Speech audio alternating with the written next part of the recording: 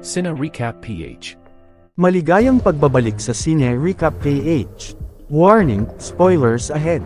Ang pelikulang itatampok natin ngayon ay patungkol sa elite squad ng Navy SEAL na misyong sunduin sa sikretong base ng CIA ang isang bilanggo upang pigilan ang tangkang terrorist attack sa Washington DC. Ngunit isang grupo ng mersenaryo ang sumalakay sa base na pakay ding makuha ang bilanggo. Ang pelikulang ito ay ang American action thriller film na ipinalabas 2021 na pinamagatang One Shot. Bago tayo magpatuloy, paki-like ang video at mag-subscribe na din sa channel na ito. Maraming salamat. Ang elite squad ng Navy SEAL na pinamumunuan ni Jake Harris ay nagsasagawa ng covert operation bilang escort ni Zoe Anderson, isang CIA analyst, upang kunin ang bilanggo na hawak ng Central Intelligence. Nagpunta sila sa CIA Black Site, isang sikretong bilangguan na nasa isla na malayo sa lahat para sa kanilang pakay na mahalagang misyon. Pagdating doon, sinalubong ang grupo ng Deputy Site Manager na si Tom Shields na ikinagulat nang makitang Navy SEAL ang kasama ng analyst. Nasa Black Site ang iba't ibang uri ng mga terorista gaya ng ISIS, jihadist at Somalian Al-Shabaab na nakakulong doon. Ito lang ang tanging lugar na natitirang may nakatagong high-profile terrorist na bilanggo ang CIA.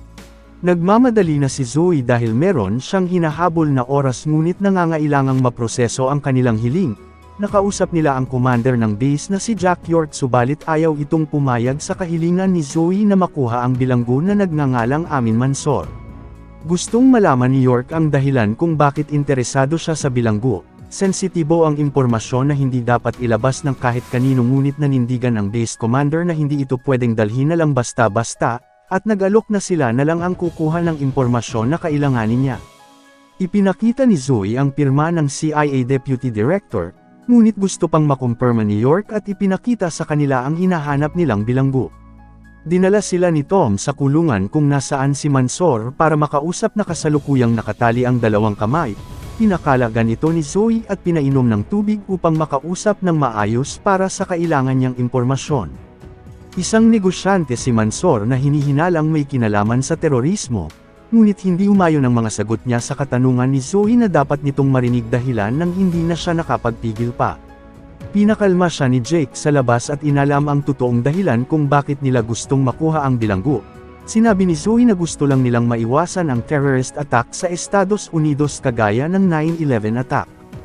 Lumabas na si Tom upang ipaalam na pwede na siyang bumalik sa loob. Sinigurado naman ni Zoe kay Jake na pagbalik niya kasama na niya ang bilanggo habang nag-antay na lang ang Navy SEAL sa labas.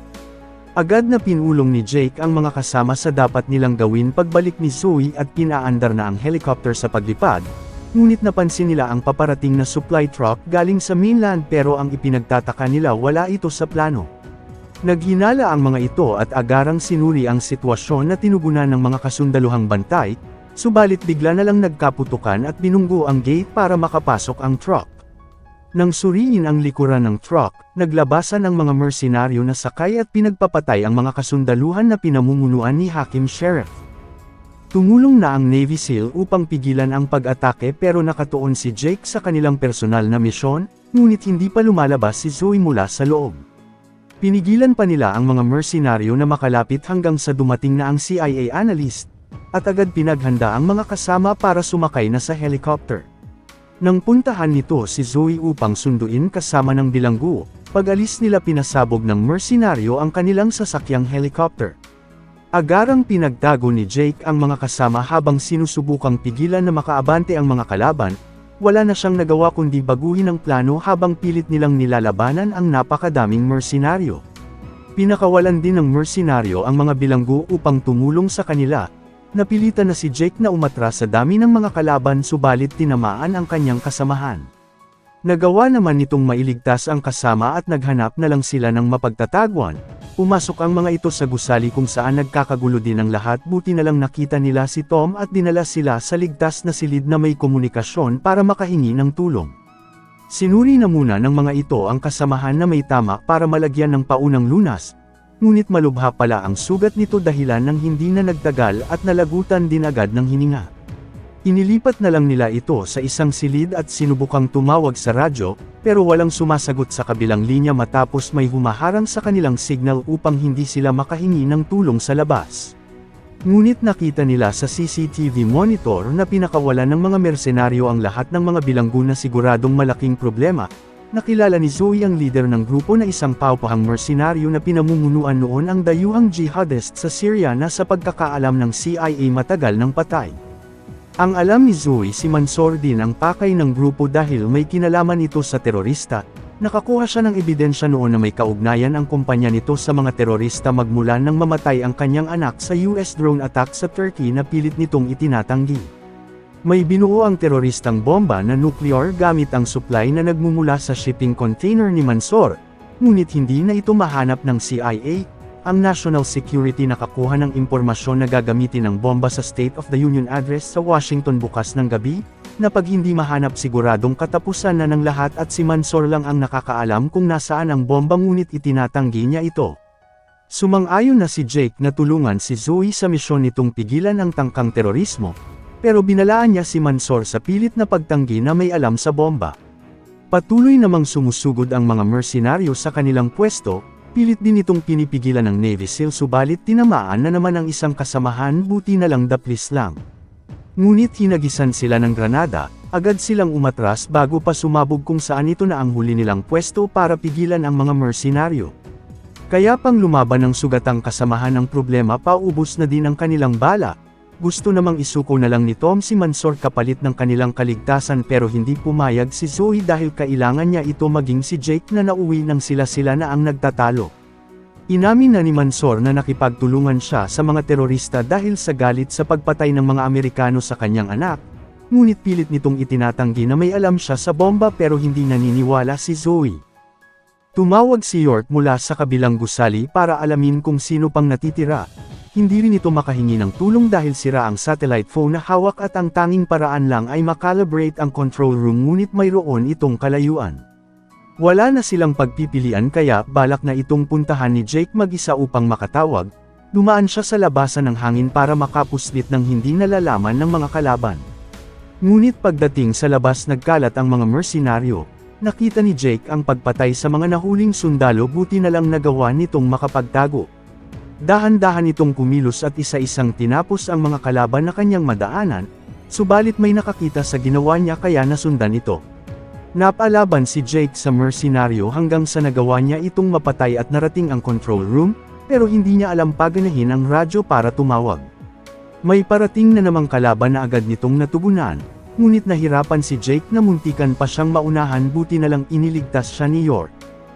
Ito na rin ang nag-calibrate ng comms at matagumpay silang nakahingi ng tulong. Nauna nang lumabas si Jake upang matingnan ang nangyayari sa labas. Nakaharap niya doon ang mga mersenaryo na sobrang dami pero nagawa niyang makapagtago at di na nahanap ng grupo. May pinaplano naman ang leader ng mersenaryo na si Sharif. Isang fighters ang napili niya para gumawa kung saan balak niyang gawing suicide bomber upang mapasok ang loob, habang naghihintay ang marami na pasukin ang mga sundalo. Patuloy pa ding dinedepensahan ng dalawang Navy SEAL ang lugar upang hindi sila makalapit. Nakabalik na din si Jake kasama si York ngunit may 30 minuto pa bago dumating ang kanilang air support.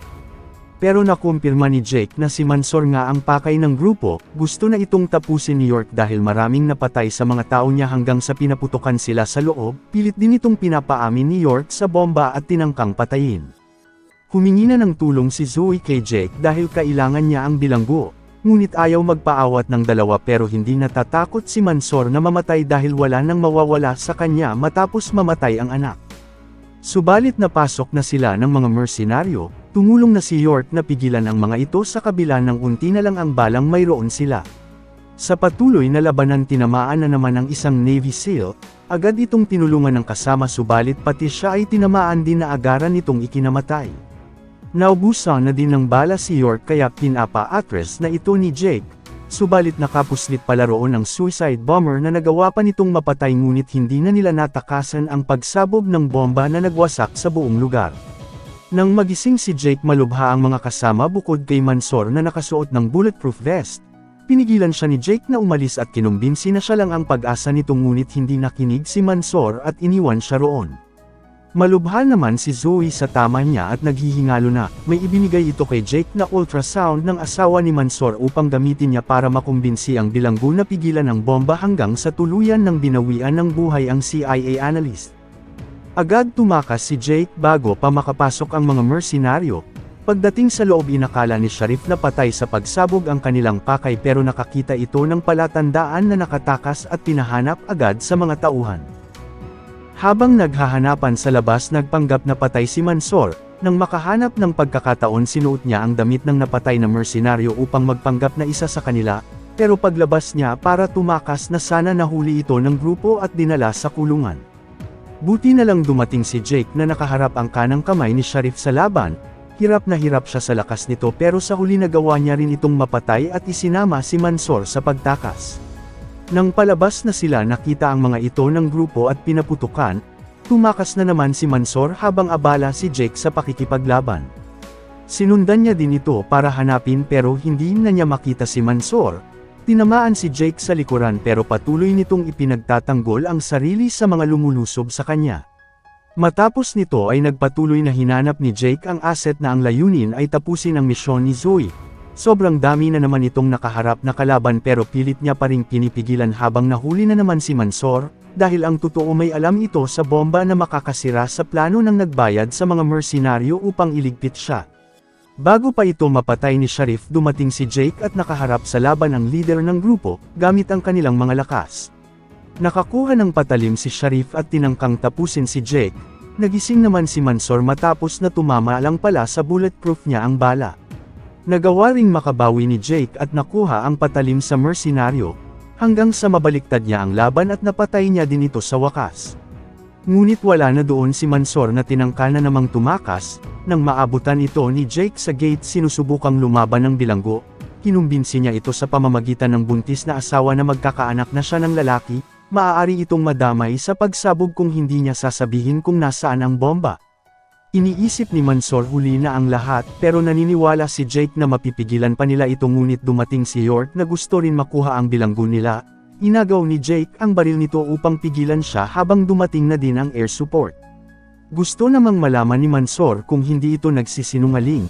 Kinumbinsi siya ni Jake na papatunayan niyang buntis ang asawa pagdating nila sa Washington kung nasaan ito nakatira. Dahil dito pumayag na si Mansor na makipagtulungan sa Navy SEAL, hinayaan na din ng base commander si Jake sa plano niya at agad umalis ang dalawa upang pigilan ang tangkang terrorist attack sa Estados Unidos. Dito na nagtatapos ang ating kwento, sana nagustuhan nyo. I-like ang video at mag-subscribe na din sa channel na ito. Maraming salamat sa panunood, hanggang sa muli. Paalam!